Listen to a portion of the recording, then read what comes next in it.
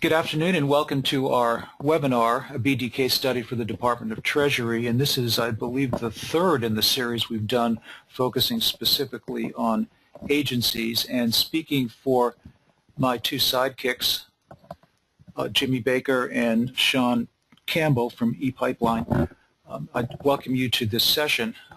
We call this series in some ways sort of the tagline, How to Sharpen Your Axe.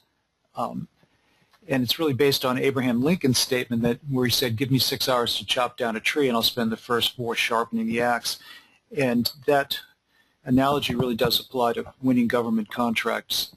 If you have time, the best thing you can do is sharpen your planning, identification of work, and your preparation for marketing and positioning to win a contract rather than charging out and going after that opportunity first. You're going to cut the tree down much more efficiently with a sharp axe than with a dull axe, in which you really don't know the competition, you don't understand the competitive landscape, and you don't really know the client. So we call this How to Sharpen Your Axe. Jimmy Baker is author of How to Win Business from the Federal Government. It's a great book. It's inexpensive. He has a little deal for you here. I don't know how he sells it so cheap. There's so much information in there about how to identify actionable information about where the government is spending money. Sean Campbell is a senior consultant with ePipeline, one of the leading business intelligence firms, and ePipeline is really essential, or business intelligence is really essential to identify when the opportunities are coming out and track them. Jimmy, I'm going to turn this over to you to go into the introduction. And thanks a lot. Good afternoon, everyone. I appreciate you joining us.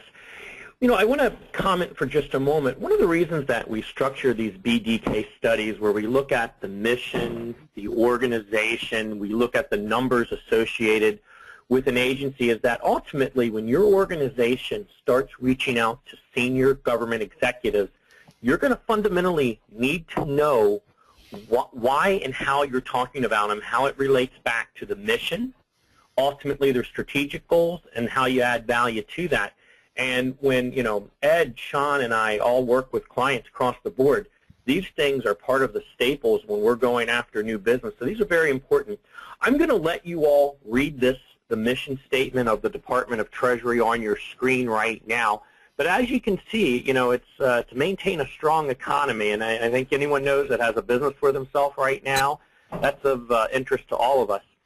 On the next slide, and forgive me, I'm just shifting over to get control of this, is I want you to understand how Treasury is really put together. It's with two components. One are departmental offices, and the other are operating bureaus. You can read for yourself there on the screen, but you know, you can look at it. It's going to collect its taxes, currency and coinage, manage government accounts and public debt, so you can start getting a sense of what the Department of Treasury does. Now, what we've put together on the next slide for you is an organizational structure so that you can understand how it breaks down from the secretary level into the different offices. We will also make these slides available to anyone that attends today's webinar. We'll send out a link where you can download them and have a copy of this. Now, I want to give you a quick snapshot. There is a new secretary at the Department of Treasury that was sworn in just barely 2 months ago. Lou is a former OMB director during the Clinton administration. I want you to understand that, you know, how Treasury is put together. You have deputy secretaries in the following offices, and I'll let you read those. And then we have bureaus. And what you've got to keep in mind, and for any of you that joined us on our webinar a few months ago about how to verticalize your approach, is that each of these bureaus are very different organizations. They have different goals, and you need to approach it that way. I've also put a link here on the slide for you that if you want to go and read this stuff for yourself and get a handle on it, there's your link to take a peek at that. Now, all that being said and done, we understand the mission of Treasury. We have a little bit of a knowledge of how it's put together. The overall budget, and I've read through it for FY 2014, it's $14.2 billion for the overall budget. The IT budget, which just got released this week, is $3.7 billion, or $886 million for DME, or the new funding. We're going to talk a little bit later in the presentation of what that means to you. Looking at the strategic goals okay? And again, we're all in business. We all work with the government. We're aware of what's going on in our economy, but they want to repair and reform the current financial system and the housing market. You can read there on the screen for yourself what some of the strategic goals are. But again, if you're tracking a deal or you're proposing something and you're going back into the government, it's very important to know how these things connect and work. I've listed a link there at the bottom where you can go and read this data for yourself. On the right of your screen there, you can see the different budgets for Treasury. Now, we're going to get ready to transfer things over to Sean Campbell. And again, Sean's going to take you through what are some of the top procurements. And I just want to say one caveat, Sean, before I hand over the reins here. I want you all to think about this. Sean's going to be showing you how you can use his tool to look at different opportunities. Take advantage of Sean's offer. You can customize this to what your company does. You know, if you do cloud, web, workflow management, collaboration, you can actually set a pipeline up to tell you what are the top deals that your company does. He's got a special offer here at the end of today, and I encourage you to take advantage of that. Sean, I'm going to switch things over now. Over to you. Thank you very much. Good afternoon, everybody. I appreciate everyone coming into our webinar. Thus far, we've gotten great feedback in regards to what we've shown people and how we've gone through it. And today I'm actually going to be going first in regards to some snapshots. So as you go into the landscape for opportunities, there is multiple ways to identify and qualify opportunities that are coming out. It's very easy to get lost. So as you identify the steps, you want to look for the business. Contract history is key to know where they're going to be going. The opportunities that you're going to be running into could be large or small. Many of the opportunities that people try to find would be on FBO.gov, but you're going to be getting a lead time of 90 days or less on the average. If you look in an outward view of outward to 26 months on the average to 60-plus months in advance, you're able to identify the opportunities you and your team need to find right now for the pipeline, if you will, no pun intended. When you need to sharpen your axe, you need to do it in a manner that is going to get concise and hone in on the right tree. When you do that, you're able to look at the award contracts, the RFPs, the source selections, the ones that are on hold. The government changes every day. You can look at by the office. You can look at it by ways to identify the opportunities when they come out. But keep in mind that most people really need to identify what is now and what will be. So with the next slide, this here is a short caption, and I cannot put it all on one screen, of the RFPs that are coming out within the Treasury. Now, it will break it out to specific areas within Treasury, but this one here just gives you a lead time to look at a caption of what is coming up. Now, mind you, there's many more than just the 8 that you see on the screen, but I could not fit all of them in one shot. You're able to track the opportunities, watch how they're moving, who's going after it, and that's very important and key in your playing field. In order to make it a level playing field, you need to know who you're up against. From there, you're able to show interest and also keep a management tool internally to say, hey, we don't want to go after this one. It's a no bid. From there, you're able to open up opportunities and identify exactly what is entailed in each one. When you go in and look at the award side, you're able to see right here, this is an actual caption of what is current as of today, of all the awards broken out by the offices within Treasury. These are actual amounts, and they're awarded. So it's going to give you the contract actions and or task orders if you choose each individual year. That is key for your team in business development and or your internal sales to identify where you need to be, how you need to go in, and who you need to speak with. because the contacts would go with it. From here, this is giving you a caption of the top contractors within Treasury. Now, of course, as you all see here, the number one ranked is no valid name. Reason being is it's clerical error most of the time from the government, or it's a good way of identifying the subcontractors within a prime. These prime contractors are the ones that the government shows awards on. They really don't care about the subs. And what you need to realize if you are a subcontractor is, why can't we be seen? Because one of the key plays in there is that you need to have history of performance or past within the government before they even allow you to have a contract or win a contract, if you will. And the key thing there is you can actually show what you've done under a prime. And if you are a prime, you're able to identify who the government might have listed you with. So you can verify what's going on out there in the view of the public. These are going to be broken out on a regular basis and updated every day in the current year. As we go into the next fiscal year, of course it's October instead of January, then you're going to see it drop off from 2009 and go to 2010. And that way you're going to get the bleed over from the year before anyway. So you're able to identify the market and what has happened. So if you're going to start to grow or identify where you need to grow or move away from, you're able to identify it here.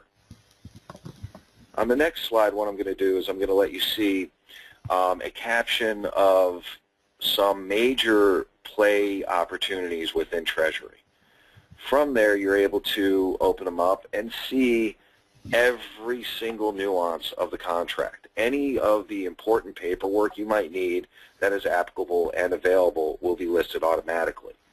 Your team are going to be able to lower your overhead and increase your value over time on your return because of the fact that you're making them work smarter, not harder. And that is one of the main key issues that a lot of companies hold today. They don't know what's coming and what's going. If you do have a grasp on it, that's great. But again, in the long run, the shot in the dark is where you're not going to win. Lincoln always stated it great, and that's why we use that caption. Have that axe sharpened before you go forward. So here you are going to sharpen your axe and move forward in a precise manner. Here is going to give you a list of the major contracts under a title, the major contractors that are associated within the Treasury. So as you open up each one, if it was a live link, you're able to see who's the players, what's happened with it, and it's going to be underneath a specific tier. If you notice, we have them broken out as verticals. No matter if you do IT, O&M, or AEC, we're going to have it. And we're going to be able to break it out in any manner that you need. It's all variable on what your team needs at that point in time. From here, I'm going to switch over to the next slide. And for some reason, it's not doing it. And I'm just going to let you all know that I appreciate your time. There's many nuances within ePipeline that ties into what we are speaking about today, and it ties into how your team can actually benefit in the long run. There's a lot of companies out there that like to say that they do opportunity lookups. Keep in mind, FBO.gov is your mainstay, but the government always is supposed to put the information out there. It's never always 100%. So what we are able to do is we're able to run that listing across the board to make it a longer term. And we have full-time research staff that is in your back pocket that will help your team. It will not hinder your team. It always enhances it. So with that being said, I'm going to hand it over to James again, and I appreciate everyone's time, and I'm actually looking forward on seeing everyone else come to the rest of our webinars as well. Thank you very much. Thanks, Sean. Folks, we're going to take a different direction right now, and we're going to start looking at the budget for information technology.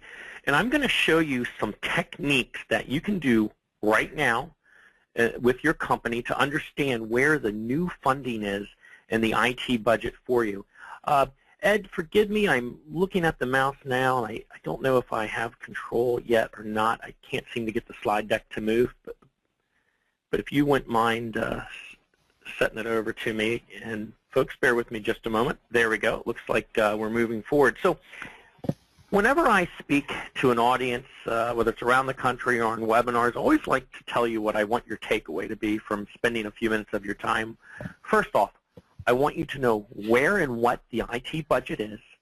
I want you to understand how you can search that and find the difference between what I'm calling steady state funding and development, modernization, and enhancement. DME is the new money going into the budget. The 2014 budget for IT just came out this week.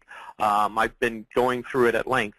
I want you also to have an understanding of how to look at your competition in the agency, and ultimately, when Ed's going to show you in a few minutes, when you're putting all this into a pipeline and you're looking at new deals, you want to be able to say, you know, there is X amount of millions in this agency, we do this, it's of value to our company to go and talk to these people about how we help them here. Now, we're going to move on, and what I want to talk to you about is, you know, what were some of the priorities of, you know, coming out this right now in the budget, where what we're looking at. I'm going to let you read these on the screen for yourself. We'll just spend a moment on this, but you know, this theme of you know, bring your own device, getting access to information, sharing, security, looking to get ROIs on what we're doing. I have the opportunity in my line of work to interview CIOs, and one of the things they tell me that they love when contractors come in and they can show them how to generate a savings in a program that they're doing. They said it just, you know, gets their attention right off the bat. You can look at this data for yourself. You have a link there on screen. Now on the next slide, and we're going to go to that in just a moment. And Ed, I'm clicking my Mac mouse out here in California, and let's go ahead and go to the next one. I don't know. Again, these are some of the priorities from the federal CIO. And again, every agency that I'm in, open data, security, identity and access management are huge, huge things. Now, we'll go to the next slide. I want to give you a snapshot of what's going on in the Treasury budget. I've read through this. I would encourage you all, and I'm going to show you where you can find it in a moment, to go out and read it yourself. There's no substitute that. There's $3.4 billion for 2014 for the tech budget. So what that means in government speak is at the end of the federal government year of 2013 will stop at the end of September. Beginning October 1, we will start this new budget year. There's $810 million in new funding. This is over 304 budget line items. Large investments in software, enterprise collaboration, mainframe, legacy replacement, telecom, databases, etc. Where you access the IT budget, and you can look on your screen, and I have links for you, is go out to the itdashboard.gov. They have it highlighted right now. There's a kind of a feature window across the top of it there. And you can see where I have the arrow pointing on the screen. You're going to go out and you're going to download the report on IT spending. It'll click you right to it. It's a massive Excel spreadsheet. As you can see, we've got our columns up here that show us the budget for 14 and you know, what's going on right now in 13. I've highlighted Treasury across the bottom so you can get a sense of how this works, not only for Treasury but other agencies. Now, the important part of all this is once you look at the budget, you're going to go, it's in a Microsoft Excel spreadsheet, you're going to go to a specific tab for Treasury. Here's what I need you to do, and this is the takeaway. I want you to make a short list of what your firm does, whether that's cloud, web, quality control, ID&V, systems engineering, you name it, mobile applications, financial management. make a list of what you do. Just write it out on a piece of paper. Using the Control and Find feature on your keyboard, you're going to match with what your firm does, and I'm going to show you an example of this in a minute, to the budget line items. And what you want to look for, there's really two things that I look for. I look, A, for new programs that have new money going into them that no one's an incumbent in. I then look for programs that have a big influx of new funding, because that means that they have money to spend with me.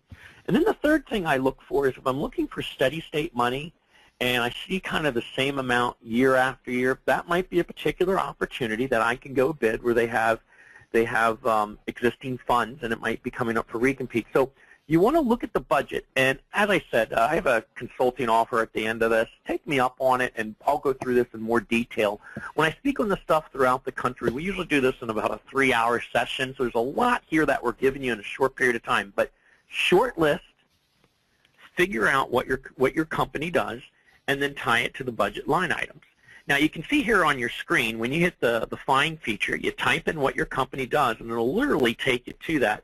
I will tell you, there's no substitute for reading through all 300-plus line items, but again, if you want to figure out what your organization, where it plays, you highlight the budget column, the DME column, and you just do the keyword search, and that will take you in where the government's spending money as it relates to what your company does. Now, what's important with that is that your marketing activity should be surrounding that. Your business development activity should be surrounding that. You want to be chasing deals that are funded. I put this in at the end, and I encourage you all, if you didn't listen to our webinar on verticals, it's on my site, James J. Baker. We have the on-demand webinars. Ed has it out on ersadvisors.com.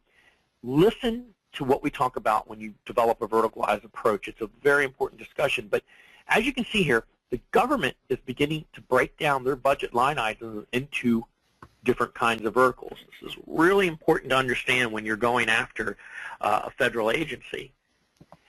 Now, we're going to shift gears a little bit, and I want to talk to you. We gave the notion of how you look up a government, how you look up a competitor. So let's just backtrack a moment and kind of talk about what we've covered so far.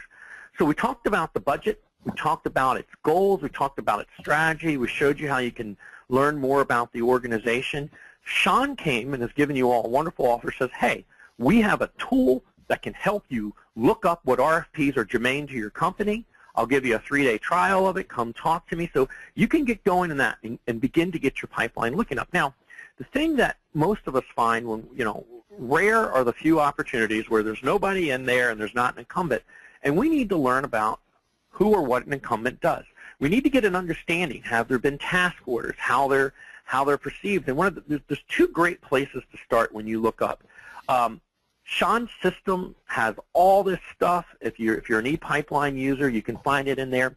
But on the Federal Procurement Data System, fpds.gov, you can literally go in and you can look at what a contract is, what the funding is, what office it came out of. They even give you who prepared it, and you can learn a whole bunch of stuff that's going on. And what Ed's going to show you later when he goes through you, how you capture this, and we're going to show you how you take this research and capture a deal.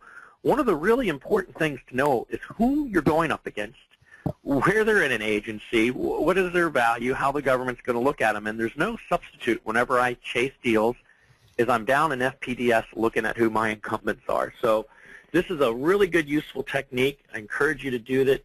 Now, last thing I'm going to share with you.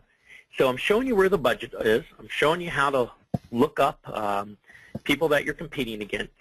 Is what about the 300s or the business case? So the government, they fill out something called Form 300A, and that's their business case to Congress of what the IT investment is. So how do you find that? Where do you go read about these business cases? What if you find a budget line item and you want to know more about it?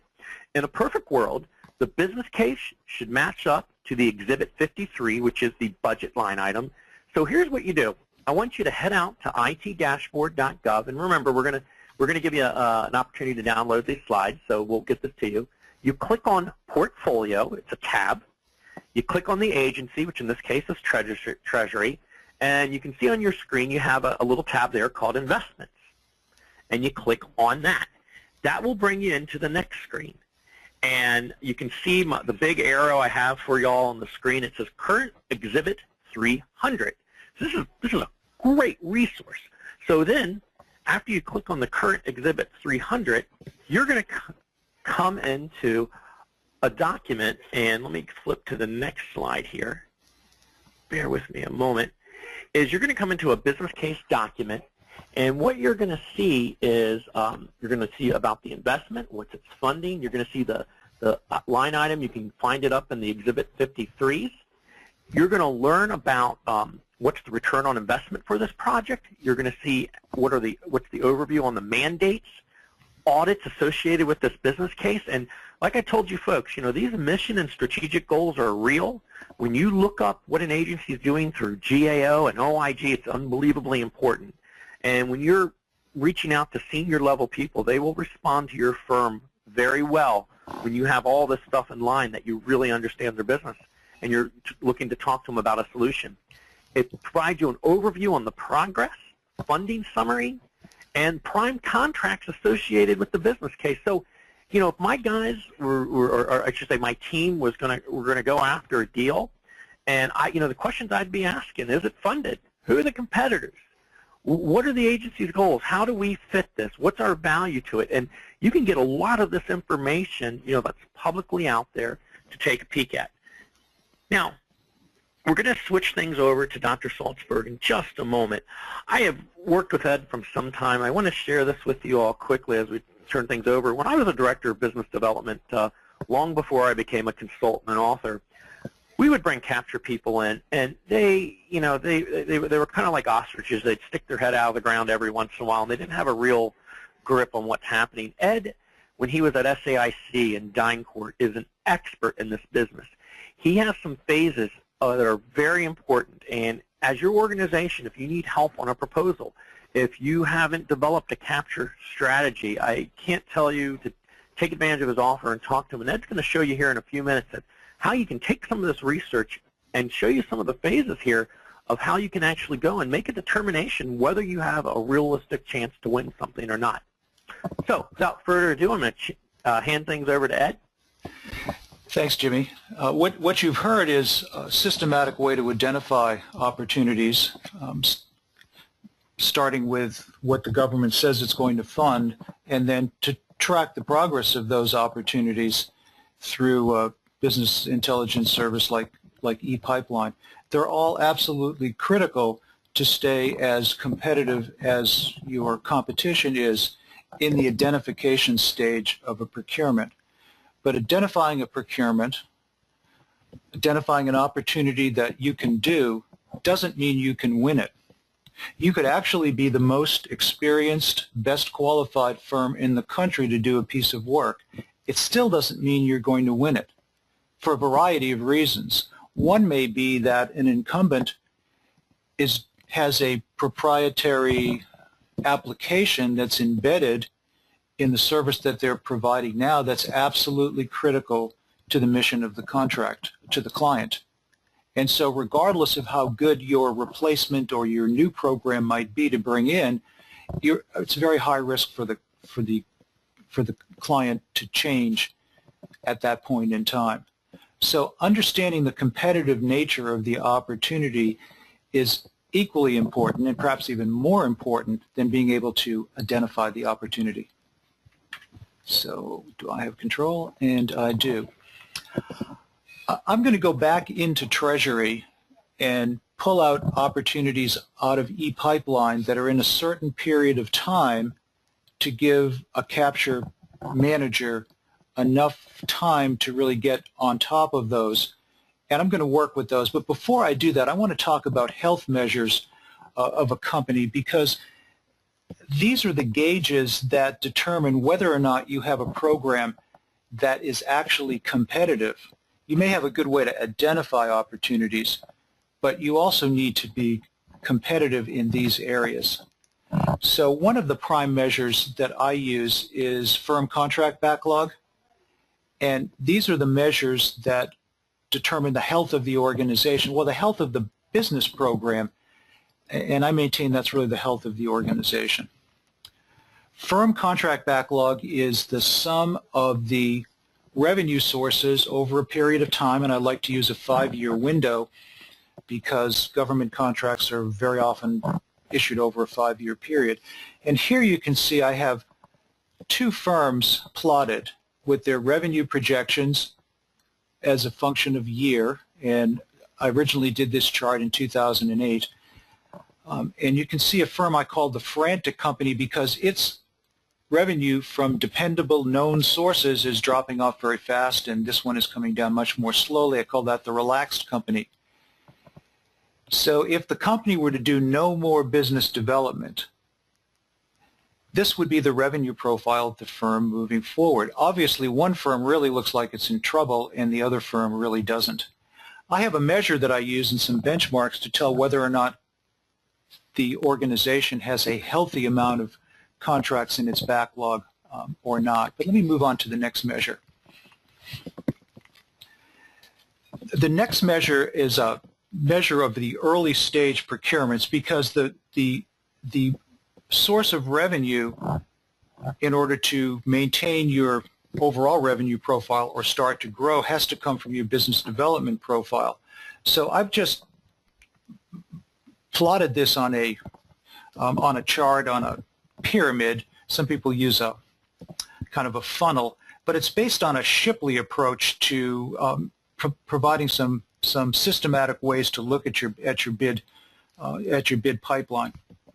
I've added a few twists to it to make it much easier for the capture teams to actually execute a capture program.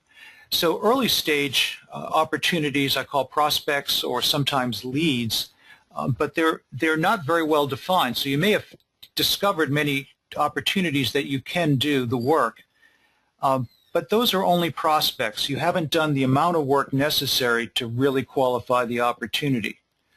If you can move the opportunity to the second stage, you're answering a question that's very, very simple. The question is the playing field level? And what I mean by that is, does a firm have a lock on the work because of some proprietary application or some network way to collect information that's so germane to the program that the government can't change? So I stage these opportunities in a way that it's very easy for the capture team to answer the next question to get up to the next level of maturity within the program. So let me just click this a little bit more.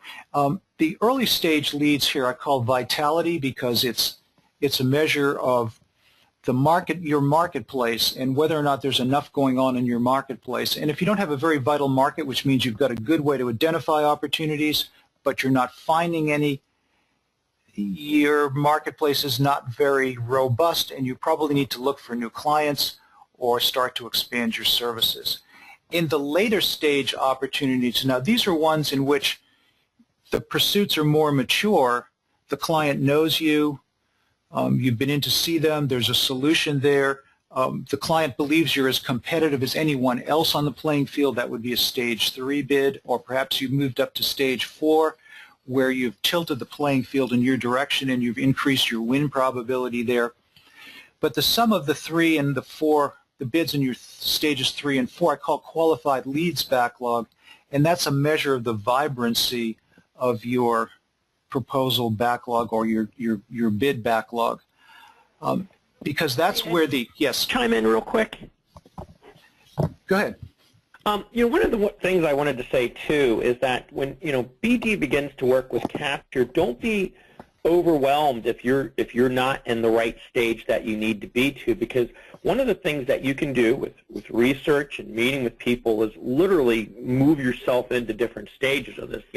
Very seldom do you pull an opportunity off off a budget line item or out of e-pipeline and you're automatically set with everything. There's, most cases you're going to need to move yourself through a couple stages, and the idea is, can you do that efficiently with a high probability to win?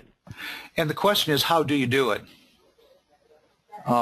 And by staging it in a certain way so that the questions are really clear is just I think a very simple way to move through these opportunities. And then finally, the later stage pursuits are ones that have been submitted and you're waiting for adjudication here. And there are certain measures that can be used to determine whether or not you've got enough opportunities here, here, and here to have a healthy pipeline, a meaningful pipeline. But regardless, what you're trying to do is move opportunities up or off this pyramid as fast as possible. So if you can do that, if you can identify early on opportunities that you can't win, that other firms have a lock on, or you're not likely to win because the client doesn't believe you're credible, you can no-bid those and save that money and invest it in some other area. So identifying the opportunity is part of it, but having a way to really adjudicate that and move it through a framework is really important overall. So let me just move over just to a couple of other points before I get into the Department of Treasury. You could spend time positioning for an opportunity. You can identify it, spend time for positioning, and you're very well positioned. You've done everything right. You've determined which proposals to bid. You've gotten in front of the client. You've convinced them you have a solution that's at least as good as anyone else, or maybe even better, and you've tilted the playing field, and you think you might really have this one in the bag, but then you lose. And the question is why. You can lose in a lot of different ways. Positioning is one way. You need to understand the competitive landscape, special differentiators, client preferences. This all gets you well positioned, but you can also lose by not really being ready to write that proposal. So the transition from positioning into readiness to write that proposal is really, really important. A good way to determine whether you're ready is to be able to write a really competitive, compelling executive summary. So once you've identified the opportunity and you've positioned yourself, then you've got to get really ready for the opportunity overall, which is to pay attention to these kinds of things here in terms of getting all of the basic work done before that RFP comes out, so that you're not doing that work once that RFP hits, because you'll be wasting a lot of time. Okay, I'm going to speed this up just a little bit. The pursuit stages, I break them down into 4, and really, including the proposal, 5 stages. It's a Shipley approach to it, which means it's a systematic approach, just like Jimmy's approach to the budget is a really systematic approach. And I just want to show you a way that I use to array the pipeline so you can manage your opportunities as a group rather than an individual contract. If you're looking at your contracts, your opportunities individually rather than as a group like this, it's really hard to determine whether or not you've got a meaningful proposal list or not, or bid and proposal list or not. And here, I'm just plotting the maturity of the opportunity against the weeks until the RFP is due to come out. 4 weeks, 26 weeks, and so forth. So you can see that if you've got an opportunity that's in an early stage, that's okay as long as you're not moving toward the RFP release date. So from a manager, as a manager trying to get visibility into my pipeline, this chart really enables me to do that. So here are some opportunities that are pretty well positioned. The RFP is coming out, and you're in stage 3 and 2 of them, in stage 4 and 1 of them, you're in really pretty good shape, as opposed to these in which the opportunities are languishing in the pipeline and really not moving up effectively. As a manager, I want to be able to see this easily so I can question it and either make a no-bid decision early on and snap these things out, or find out what the problem is and get the capture teams to move these things up faster. So the faster you can move up into stage 3, the more time you have to work with the client and try to tilt that playing field in your direction. So speed is really important. So I'm going to do a quick example here using a company that I'll make up. Say it's a $14 million company that's current revenue run rate. It has a pretty strong firm contract backlog, that waterfall chart that I showed in the beginning, but it has a weak proposal backlog, so it needs to fill that gap from Treasury based on Jimmy's analysis. So we've looked at Treasury by looking at where the DME is, determine that Treasury is where we want to be. Now we've got to figure out what to do. We've got to go find that money, and even though it may be new money, it's not necessarily going to be a new contract. So it's going to probably be either in an existing contract or one of the awards that are coming up. So let me just pull up a spreadsheet. So here's what I did. If I were in charge of the business development for this $14 million company, I would be taking a look out from about July 2013 out to the end of the following year to try to establish my proposal backlog and start to fill that pipeline with opportunities, identify opportunities that I can really win. These are still prospects. So here I've pulled out everything that's in Treasury between now and the end of the following year, and there's not too many. And then I need to work down through these and see what I can actually do. And this comes right out of ePipeline, and this is a pretty good sort. There's a couple of other things you might add in here, but if you do a sort on the opportunity with the office, the types of worths, so you can match that up against your capabilities, the value of the opportunity in thousands, and when that RFP is coming out, pull out the background information, which is comes right out of the tool. See who the incumbents are. Look at the period of performance. As you can see, this is 5 years. Most of them are 5-year contracts. You can at least get a sense as to whether you want to add this to your prospects or not. So let's assume that this is a $14 million enterprise solutions company looking for opportunities to add to its Treasury bid list. So here's one in which the department is looking at experienced partners to provide O&M support, continuity of services, deployed services, data delivery, a little operational, I would say, but I'm going to keep that on the list anyway. The next one is training, operation management for capacity building. I didn't add that one to the list. Technical instruction, well, we're not an enforcement company. Electronic funds systems for IRS. This may be fairly competitive. I can see there are 3 incumbents over there, but it hits our services, so I added it. And then a IT support services contract for the comptroller. Running a technical assistance center. Providing help desk, little operational too, but I added that one anyway just for illustrative reasons. The nationwide explosive detection dog team, I think we'll pass that one up. Security, I think we'll pass that one up.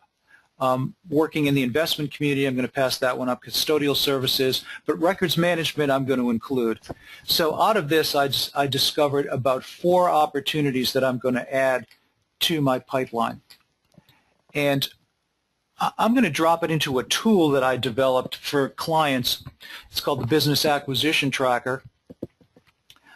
And it's a way to manage your pipeline and also the capture.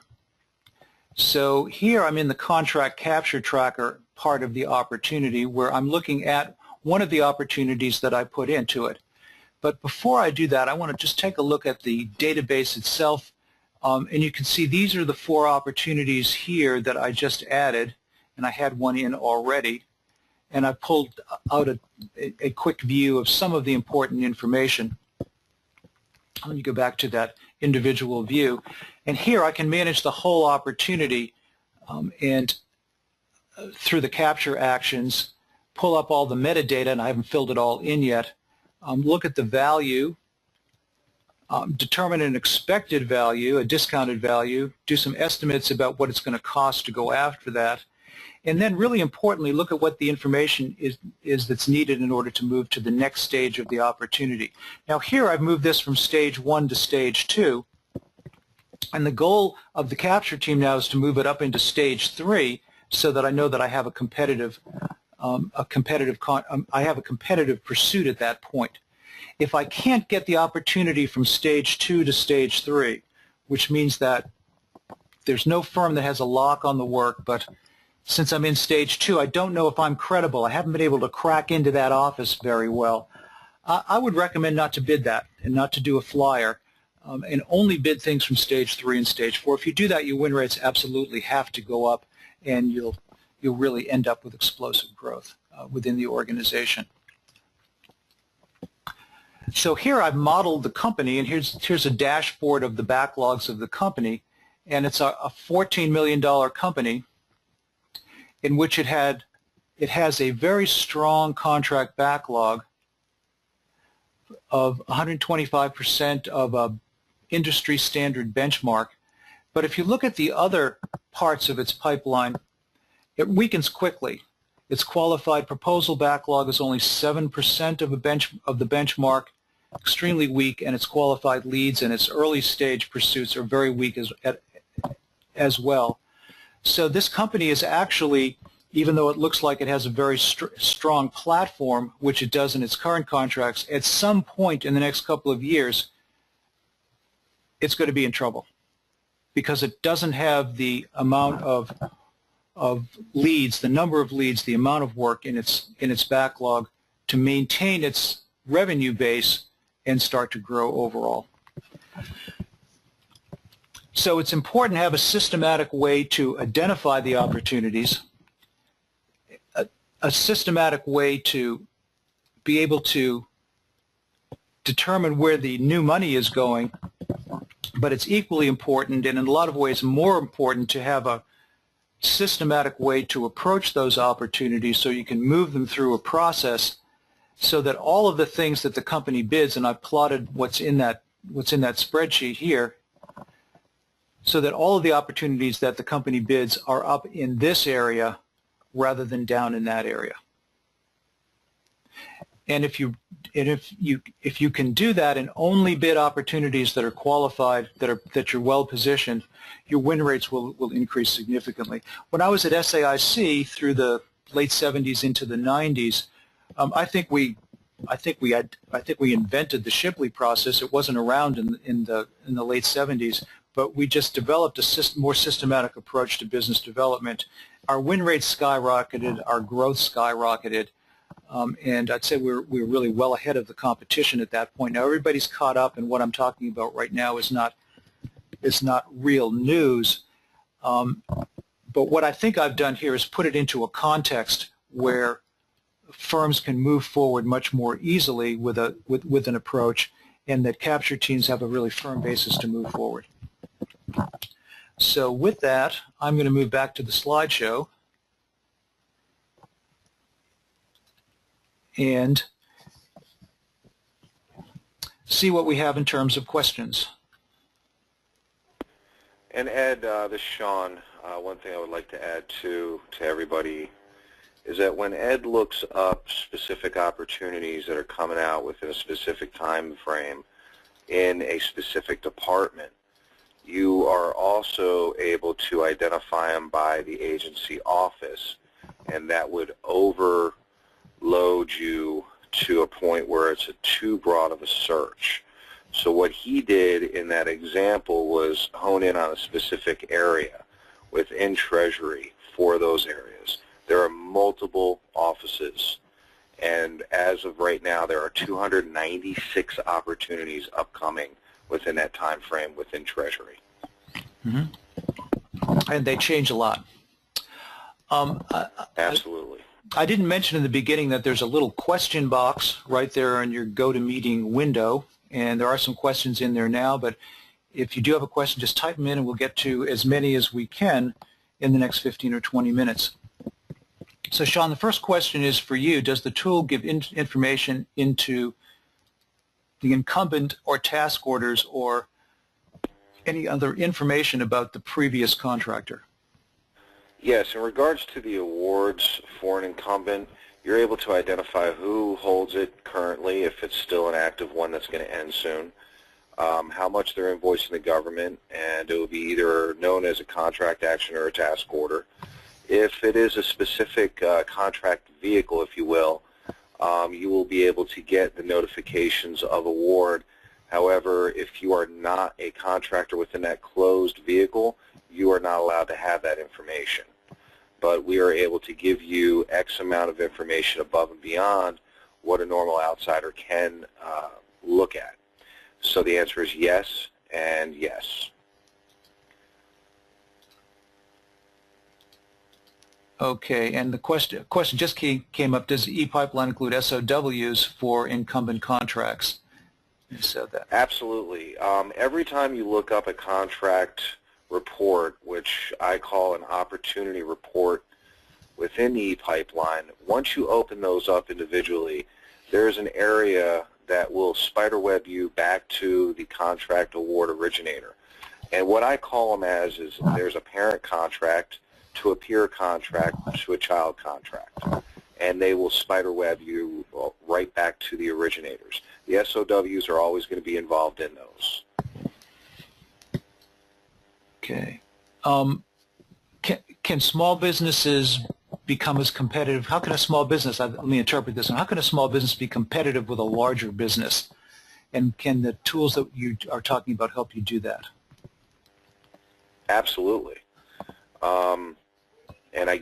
And I would say this, from what us three have gone through today, there's large businesses out there and small businesses, and everybody wants to go to the same result.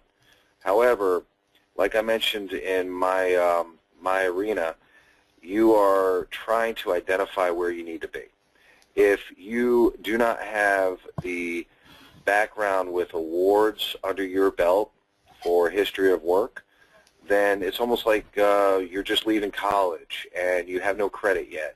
You have to have some kind of credit to get credit. Same thing in the government.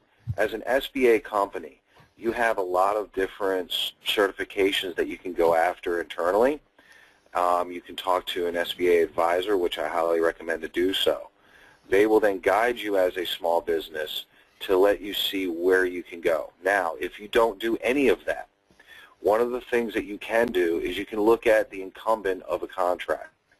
Contact them. You can ask them if they have mentorships. You can ask them if you are able to work with them on a contract. So whatever your capabilities are and whatever your expertise is, you're able to bring that to the table. And a larger contractor is always open to see that and speak with you about that. That is key. So when you identify an opportunity and you think you're too small for a, $800 million contract over the next 8 years, then you're able to go to the incumbent and say, look, we can do A, B, and C order on this contract. And then they will come back to you and let you know if they want to work with you. Joint ventures are always good as well. If you don't have a specific certification, let's say if they're looking for an SDVOSB or an 8A, you can then look for a joint venture to do so. So the partnerships are key as well. Not a lot of people realize that. Let me also give a different perspective. I work with both large and small companies, and one of the things too that I want you all to think about on the horn is the very last slide or the very last topic when you present to government is all your credentials. But if you're going after a senior level person in government and you're showing them how you fix a problem they have, and you're talking to them about where you've done that and the kind of return on investment they can anticipate. I will tell you, I've worked with companies that have never even gone into an agency, and we've been able to articulate that to senior management, and within a few months, they're in their meeting because they're able to show a value to their problems, and they've really researched it. And the other thing that you want to think about is that for this small business, I don't know what your size is, but let's just say, just kind of arbitrarily saying this number, 25 people or anywhere between $2.5 to $4 million in that ballpark.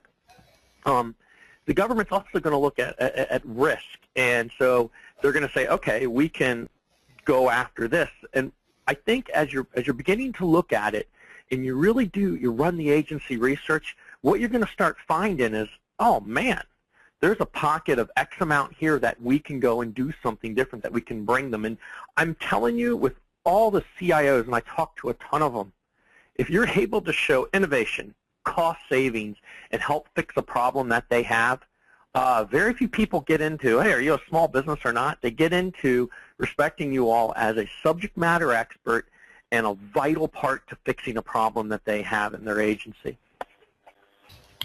Right.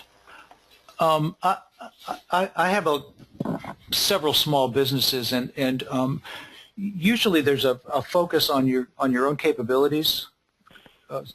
Sometimes a very narrow focus on your own capabilities. I mean, you got into the business because you're very good at something, and I learned the trade at SAIC. Well, when I got there, it was a $50 million business, which at the time was a pretty large business.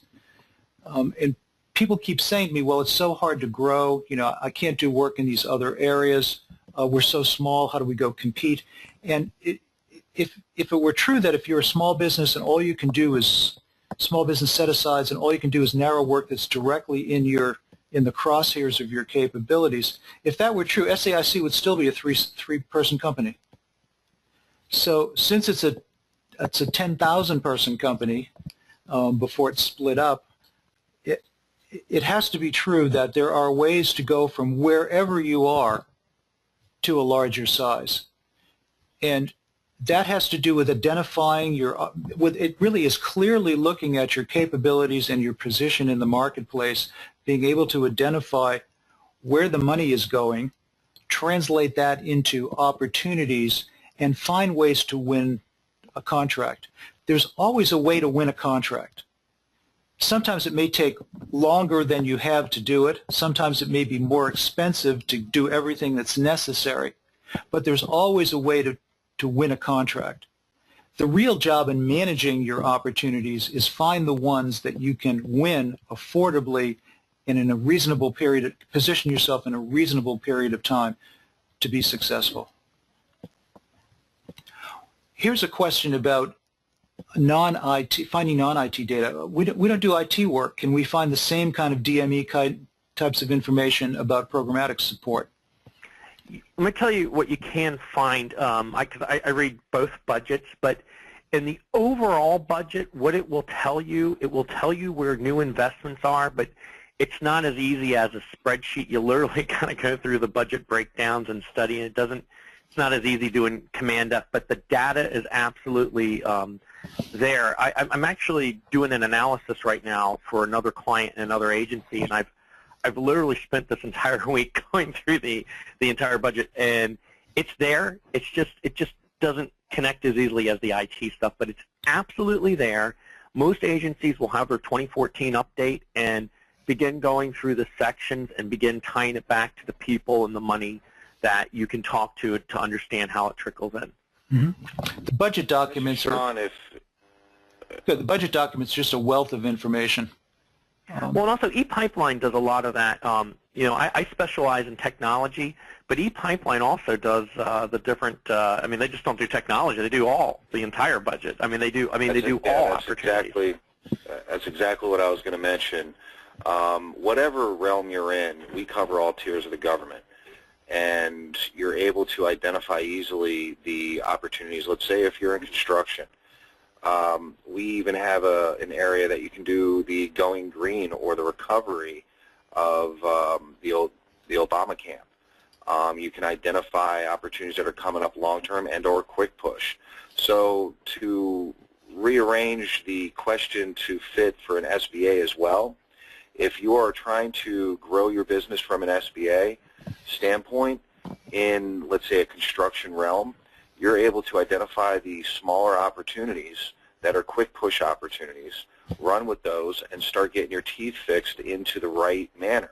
So in other words, again, going back to, you know, the main phrase and quote from Abraham Lincoln is to sharpen the axe, and you can go right in. And you can So, I'm sorry, Sean, I didn't mean to cut you off.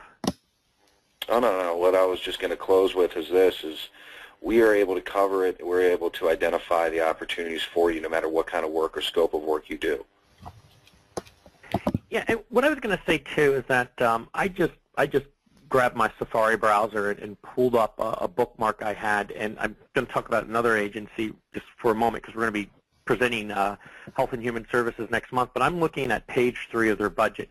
And what they talk in terms of, you know, for FY 2014, we're going to be investing over $220 more million than what we did the year before to meet these goals, and together these investments will be this.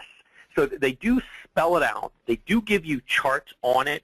It's just not as, I don't think it's as easy as the IT, and the IT stuff is hard, but you are able to go through and pull that rhetoric out and make those plans. Just another area, I had to do a research assignment on a specific office in a specific department under a specific agency of what their budget was, and they weren't out in the IT stuff, and I pulled together the data by reading through a bunch of different budget documents, and we're able to stream what they had for spending. So it's absolutely there. You just have to piece it together a bit different. One last question, because we're running really right at the end of time. Is there similar information about budgets and tracking opportunities at the state and local level as there is at the federal level? And ePipeline does that. The state and local level is a whole other ball of wax. There's over 89,000 state and local offices nationwide. None of them are on the same wavelength twice. I say that time in and time out to clients. With our live research capabilities, you are able to have us help you with that on a case-by-case. You just contact me and I can look those up. It is very hard to identify awarded data for the state and locals, but we are able to identify what has happened. And then I can put it into a, let's just call it a Happy Meal kind of drive-through, if you will, so you can identify where you need to be. State and local, I can go more into a detail over an hour-long meeting with the individual that asked that, and I can have that pulled up and shown. But yeah, and I'm also happy to talk on that. Too much. I was just going to say too, Sean's tool is awesome for the state and local, but Sean was saying they're all different. I did a campaign for a client across state governments, and you're gonna have to do a little bit more work, but there is absolutely a way to do it. But they don't present stuff as collectively as the federal does. The Public Sector Technology Exchange is doing an event end of May on the telecom budget in the state of California. And the other thing too, one of the things that we've talked about, all three of us, is that we're going to begin doing some state profiles for y'all down the road on how this works. But it's positioned and sorted differently. It's not as easy to get the data. And but like I said, ePipeline, awesome place to start. I can share with you some stories of and strategies that I've used to access things like Medicaid fraud budgets, different budgets for fusion centers, or different things that states are doing. You just have to develop a savviness of how to study it. But folks, take Sean up on that offer. You can probably gain a lot of information in that. Well, and with that said, let's just move on to the special offers you claim, Jimmy. So what is this? Hey, folks, I'm putting this out there to you. I have a book called How to Win Business from the Government. It's very tactical. It will give you a strategy. If you're from a sales background, great, you'll learn more. If you're from a technical background, you're going to learn a process. Here's the deal. If you go buy a copy, either paperback, I think it's running $18 out on Amazon, or you download it on your Kindle for $7, send me a copy of the receipt. And what I'll do a half-hour, 45-minute strategy session with you and your team, and we can talk about and go through some of these exercises that I went through on the webinar today and get into a little more detail about it. I know sometimes we go through points really quick, and we can spend a little bit more time on that. And that expires May 15th. So order it. There's a link there on the screen, and love to talk to you a little bit more. Great. Good offer. And I've actually now have read that book from cover to cover 4 times, and I continually put a new earmark in the book. Right. I keep the book too. It's the way to find the right information. Let me offer 2 things here. One I call proposal piloting. It's my 35th year as a government contractor, and I'm on my $3 billion in wins. Not that I have $3 billion in the bank, but the organizations I've been responsible for have won a total of about $3 million. And I do something that I call proposal piloting, which is pretty inexpensive, and it's just to get the proposal launched to the target.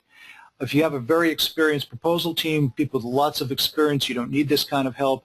But if you're a smaller business or you're a division within an organization kind of left on your own and you don't have that level of experience, for a few hours I'll make sure that the proposal is really headed toward the target. increase your win rate significantly with just a little investment in time.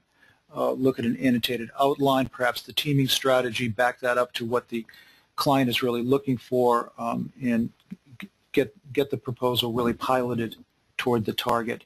And then second, I unveiled a few of my tools. One is the Business Acquisition Tracker. It's a software package. There's a desktop and a server version. It's in all of my clients.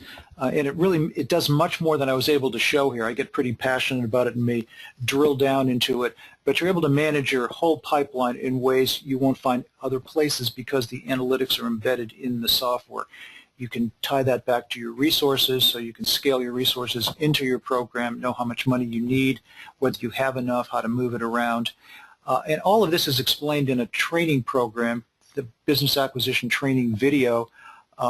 They each sell for a lot more than $495, but as a webinar special, I'm going to offer the two of them, the desktop version of the software plus the Business Acquisition Video, for $495. You can run a whole company's business development program from the single version, from the single user desktop version, up to $8 or $10 million before you would need to be in a shared environment.